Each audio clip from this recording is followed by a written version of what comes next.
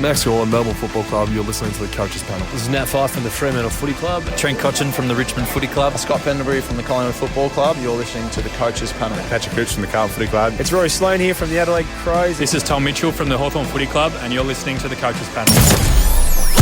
Hey friends, you got MJ from the Coaches Panel. Welcome back to another episode of the 50 most relevant, into the final 10 players now to discuss that I think are the most relevant, noteworthy players. Let's be honest, we just got to talk about this pre-season. Tom Titch Mitchell is who we're discussing on this episode, and it's great to have back fellow co-founder of the Coaches Panel, Rids. Hello, mate. How are you? Mate, what a big one to start with to enter the top 10, eh? Over the past probably 5 or 6 years of fantasy footy, there has been not many bigger names. There's maybe bigger seasons from players, but not many bigger names than this 28-year-old Hawthorn midfielder. Last year, we started to see the re-emergence of that dominant 2018 season. Last year, his top score in AFL Fantasy and DreamTeam, it's a monster. 171, while in SuperCoach, it was a 157 against the Collingwood Football Club. Both, it's crazy to feel, don't even hold a candle to what he did back in 2018.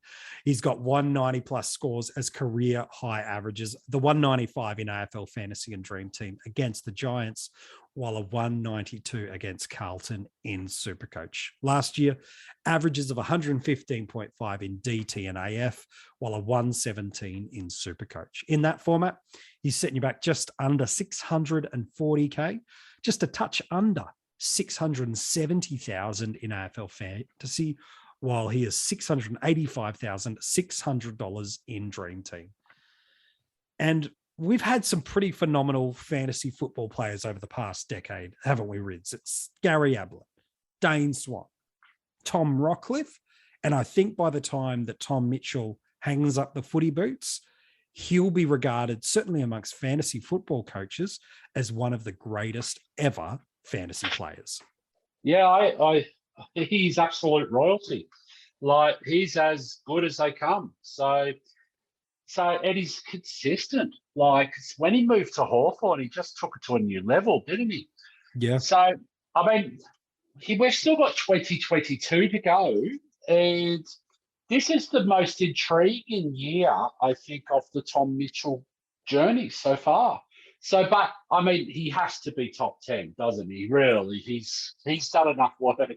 He's going to be relevant almost any time he gets it. Like, you know, he's able to be selected by teams in a fantasy aspect. So this guy is just an absolute ball magnet. He's phenomenal at what he does. He ranked first in the AFL per games for handballs, disposals, effective disposals, and uncontested possessions per game. He's a dominant ball winner. He's elite in so many scoring columns that I could spend the next 10 minutes on the podcast explaining what makes him elite. But from a fantasy football perspective last year, over the year, it looks good. But when you drill into the numbers, it gets even better. He scored 19 AFL Fantasy and DreamTeam tons last year. Yeah, that's not a typo in my voice. 19 tons. 10 over 120 and 5 monster 130 plus scores. And he had just the 3 games under 100 all year and nothing below 71.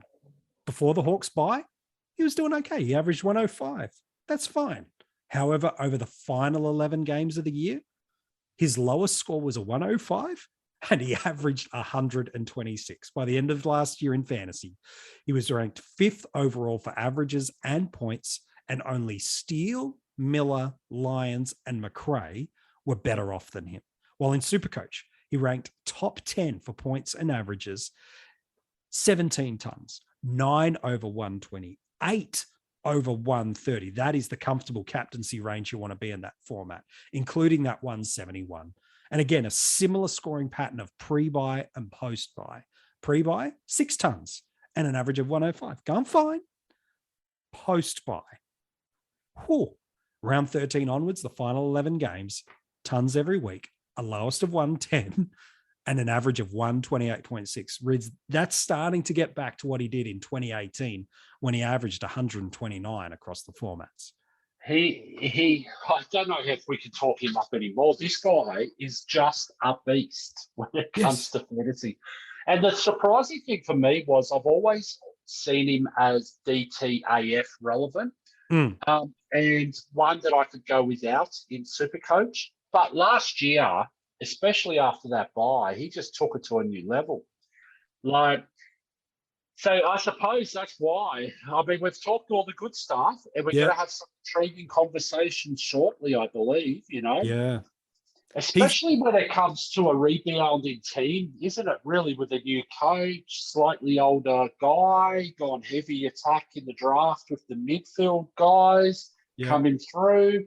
There's a lot of positives. Yep. Tom Mitchell is an absolute gun. If he plays the right position, he gets the minutes and stays on the park, he's averaging points. Yeah, without doubt. He's super destructive. He is the kind of player that could take a season away from you in 6 to 8 weeks. He's just that good. His ceiling and frequency of ceiling is just that big. You could build a case that no one could go with him, including the Steels, the Millers, the McRaes, the Grundys, the Gauns. You can build a case that he's got a frequency of ceiling better than them. But what you said is ultimately the greatest tension point for coaches. It is the first time at Hawthorn for Tom Mitchell we have seen a level of uncertainty. And I think the uncertainty is in 2 areas, mate. And I'm keen to get your take on both. What are the cattle that Sam Mitchell chooses to use, especially through the midfield? How much rebuild and blooding of the kids do they go? And then the second is, when a new coach walks in, a new game style emerges. And will that be friendly to Titch or not? Yeah, really, we're just going to have to wait and see. But they've got some really good kids in the draft, don't they? Josh Ward, absolute gun. Connor McDonald, absolute midfield, pure. And then they've got the guys like Warple. So there is an aspect, there's a part of me that goes, well, do Hawthorn go, you know what, we're going to hand the baton over while we've got this honeymoon period. Yeah. But, if they were going to do that, I think they would have traded him at the end of last year. Yeah, they almost would have just fully squeezed him out, wouldn't they? Yeah. Yeah, exactly. So I'm sort of both ways on this one. I think because the midfield rotations, they got guys like Liam Shields, who are getting slightly older.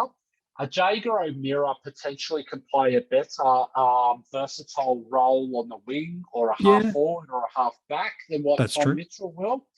I just don't think Tom Mitchell has a lot of other positions.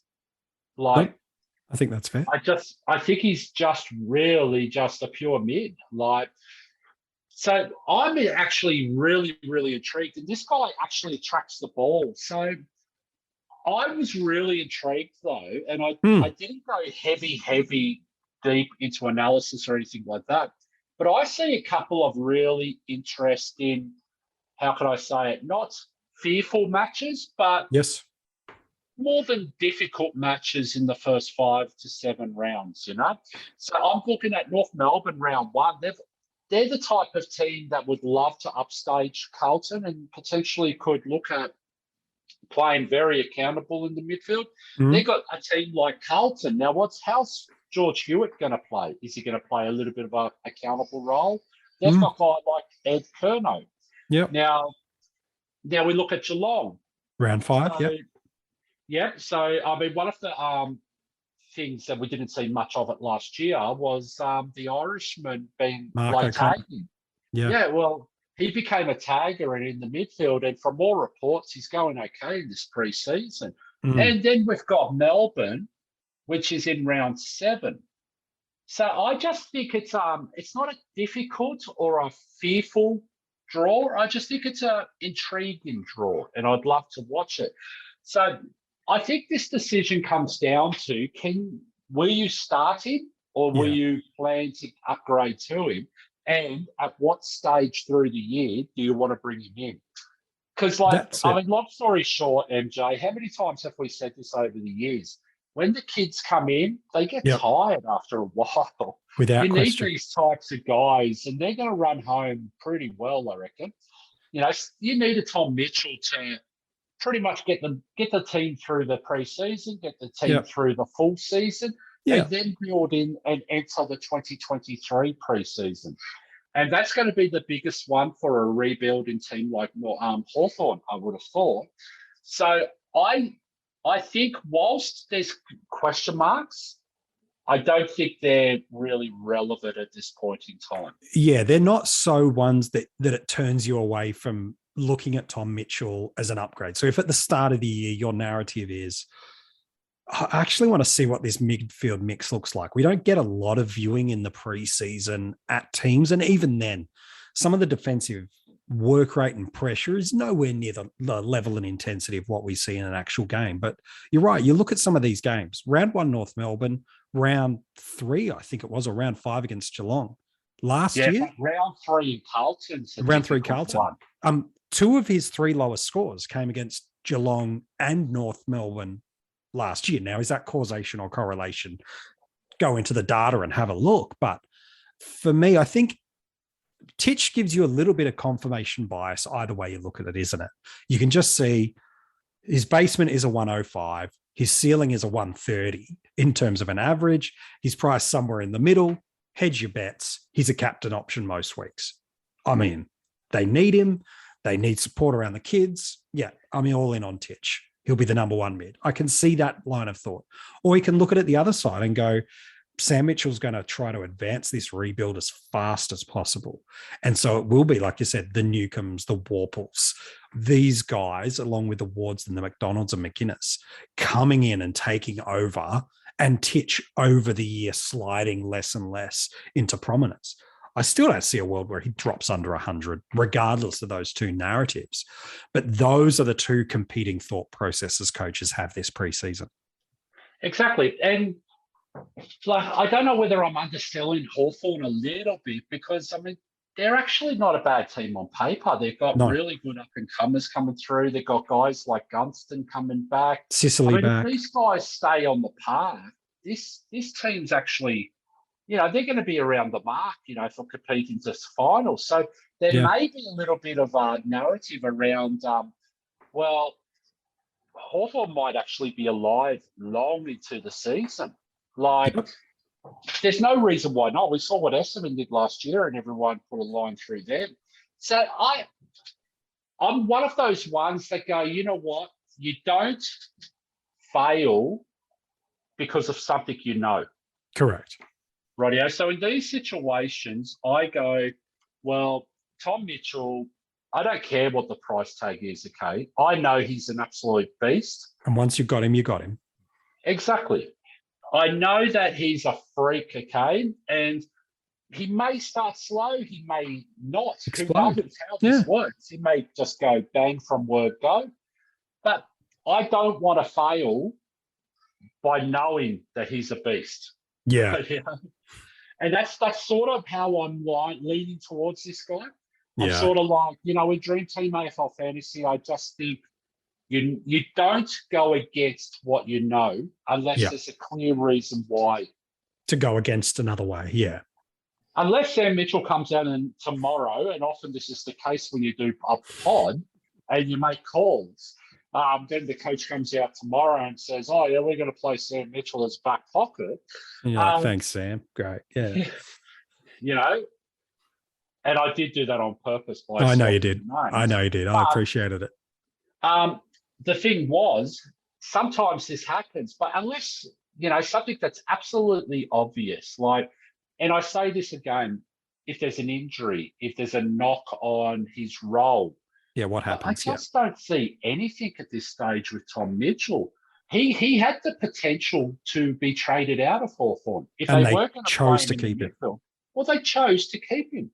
Yeah. Now, I don't know the background to why they chose to keep him, but there was enough noise, to know there was a bit of smoke around the place. So obviously their decision was, and maybe there was no takers, but sure, we've seen other people that get forced out, and get unders, a cheap bargain.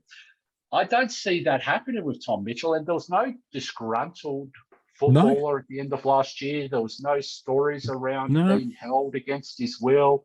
No. And we saw that the year before with Josh Dunkley a little bit. That's true. Dunkley was really professional about the whole thing, but he actually went out and requested a trade to Essendon because he was pretty much forced, you know what I mean, to a point. We didn't see any of that with Tom Mitchell, so I don't think there was much to it. So I don't see how his role changes, mate, when we enter 2022. I think so. I think at best, the people that are going against Tom Mitchell can hope for is a small clip off his ceiling. I think that's the best you can hope for, and that's still a 110 midfielder. I think for those choosing to start him, if you can deal with that as the worst case outcome is a 5 to 6 point regression, while you know that he was pushing that 130 average over the last 11 games of the year, and you go, I see the upside, and I'll take the downside of a 110. Or for me, I look at Tom Mitchell and I go, look, I'd love to squeeze him into my personal SuperCoach team, but for my structure, I just can't right now. But in Dream Team and Fantasy, he's right in the mix. And I don't see a world where I don't have him across the formats by season's end. Something would have to drastically change to make that. And the biggest problem is his ceiling. When he has a day out, he goes on a massive day out. 170. You only need to have a 170 in, a 2 or 3 week block, and you could go 100 and 100 and you're still going okay. Yeah, you're going 135 over that. Yeah, exactly. Yeah, you see what I mean? So it's like, I don't know where you did your maths, by the way, MJ, but it's not right. Yeah, I'm not going to advocate for my school at this point, no. But Tom Mitchell's ceiling is so high that at any point in time against any opposition, he could get 140 and blow what you were thinking was going to happen. Yeah. So, you don't want to go to a week-to-week decision around, especially in Dream Team and AFL Fantasy, and play the break-even game where you're really throwing darts at a dartboard in the dark room. You're just hoping for the best outcome. Yeah. So guys like this, I just don't like going against guys like this, but I also don't want to convince people that you just absolutely lock him in. Yeah, because of previous history. There's enough there that if you're looking for a reason not to pick him, you can feel justified.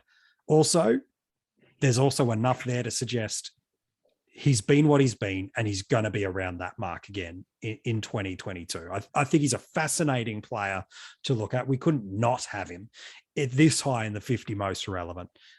I think he's going to be a season-defining player for a lot of coaches, and I'm very intrigued to see where he sits on the rankings by round 6 and 8. That is going to be a fascinating place. And that's going to be it, isn't it? And so, I'm just going to throw out a reason why not to select him. Okay? Yeah, please, go for it. I've said this many, many times before. Sometimes people like to own players they love to watch.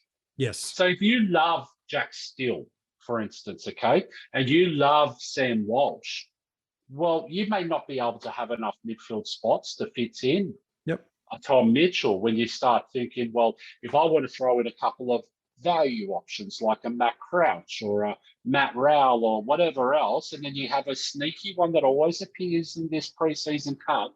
And I'm not going to call it the Maynard Cup anymore because I think Maynard. You jinxed him. You jinxed him. You need to find another one. Yeah. Yeah, but that's the scenario where you don't necessarily have to start with Tom Mitchell, okay? You don't have to look at that. And then you're hoping for the best, yeah? Yeah. I think that's exactly right. And where he goes on drafts is interesting for me, both in single and keeper leagues. I think if you're in an Ultimate Footy AFL fantasy scoring format, he'll be in that first handful of players picked off the draft board. People remember how good he was last year. And if you've got a front 4, 5, 6 picks in the draft, he'll be there. And I think in some people's eyes, he's in a consideration for the number 1 pick overall. While in SuperCoach, probably drifts another 5 to 10 picks, just given that there's a few extra rucks you're going to consider, maybe a few more other midfielders that are a little bit ahead of him. He's a late first to mid-second selection in SuperCoach in a single season. But Rids, I'm keen on your take about a keeper league. Not just where does he go, but for a coach that owns him, if they were to consider moving him on, what's something that is a compensation they should be considering? So, I mean, this year's draft is very, very strong. So if I was to move Tom Mitchell this year, I'd be looking at 2 first top 10 picks. Yes. Okay, so I could try and potentially get a Dacos or Horn Francis or, a Ward, whether it's a Hobbs. There's enough quality midfielders, young midfielders in this draft, and they're over 10 years. They're 10-year players, okay? Yeah. All of them. Even Aramis, he's absolute. Matthew Johnson's going to be a real good player. But there's a heap of them. That's why I'm saying 2 top 10 picks, because I would be going, you know what, I could get rid of a 28, 29-year-old midfielder, and I could bring in 2 18-year-olds. Yes, you may lose a bit of points, but if you're doing a rebuild, then you're not really looking for points at that aspect. So, yeah, I think it's interesting. And you might even look for a combination of, you might look for one of those higher end picks and maybe a third-year breakout option that, Noah Anderson type of player that you might try to get a pairing to get you there. It's going to be interesting to see what people do. So there's another way as well, FJ, with a keeper league, there's potential here that you could actually do a direct swap for a guy like Callum Mills. Oh, yeah, that's true. Yep. Tom Mitchell, whilst he's got a lot of value on the open market, right? He does. And to the point of probably being overvalued. You could actually sell him high. There's a chance here that you can pick up someone like a Callum Mills type. I'm not going to just say Callum Mills. 4 or 5 years younger, same potential to score, absolute clear role in that midfield. Someone like a Callum Mills would absolutely be a beast. Now, there's also potential that you could potentially look at someone like a Tim Taranto, who may have had a more down year than last year, maybe questions around whether he's going to be forward, what's his role, or maybe you absolutely love someone like a Harry Schoenberg, okay, from Adelaide, and that apparently all report he's absolutely flying, he's going to take it to the next level. So you might go, you know what, I might be able to get a Harry Schoenberg, and I might be able to get another quality midfielder like, let's just say, Jacob Popper. Yep. Heaps of options about how you skin the cat, really, isn't there? Yeah, but I just think you don't take unders, okay? This is the time to cash in for these guys when there's a lot of value around. And I think that's some really good advice. Hey, mate, as always, appreciate your work on this and every other podcast we've had you on so far in the 50 Most Relevant. Too easy. If you want to go and read the article on Tom Mitchell, it is online for you now at coachespanel.TV. The links to join our Patreon supporter group, that is also for you there for just a couple of bucks a month. You can get additional hidden group access, extra podcasts, some team reveals, and a heap of other hidden information that we don't share with the rest of the public, but our Patreons get. Oh, and you get some cash league prizes as well. So definitely worth you checking out. If you've loved what you've got from the panel in 2022 so far, consider becoming a Patreon member. And it does help us do what we do every single day here at Coaches Panel.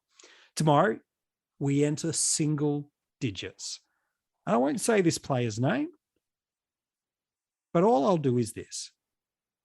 He's one of the easiest no-brainer picks of 2022. And when I hear people say, oh, I'm not starting him for insert reason, on the inside, I smile and I'm happy to let them go against him. I don't see in a world you don't start him. Who is he? You'll find out tomorrow in the 50 Most Relevant.